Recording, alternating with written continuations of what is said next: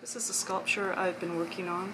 This is a woman, a native woman, that's holding an abalone shell. She's got a feather in this hand with some dendrite, luckily, and the dendrite has not landed on her face.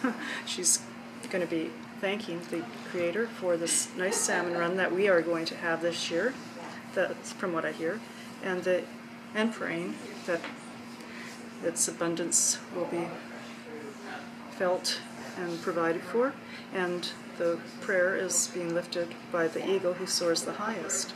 We have some areas in here which is going to be some coral and some reefs and seaweeds and stuff, and the salmon's going to be attempting to hide through there, but her prayers are going to be allowing that to provide for us. It's made out of Brazilian. I use a variety of tools. I roughed this out with a mallet and a chisel. These are my favorite tools for using Brazilian because it's a softer stone. This Brazilian comes from Brazil, and I prefer this. It sounds like a wood carver. Chuck, chuck, chuck, chuck. Love that sound. And then I use a variety of wood rasps and round files. This is a round file, and this is one of my favorite tools. And then I have these wood rasps of a variety of types. I use all of these. I usually wear a mask when I'm using files because the dust gets pretty intense when you've been carving for an hour or so. But I'm not doing this in a library, but you can cut out some of this if you want. But these are the curved, which allows me to get into these areas.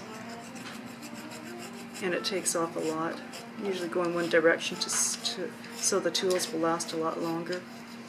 Form takes a little bit longer, so sometimes I set it aside and I study the sculpture just to make sure it's on the right. Oh, she's crying. Sorry. To make sure that I'm on the right track. I've had to go back a few times and say, okay, not quite right there, but I study it for a length of time. I started this about a month and a half ago in order to have a project for the Artist in Residence tour, which I'm thoroughly enjoying.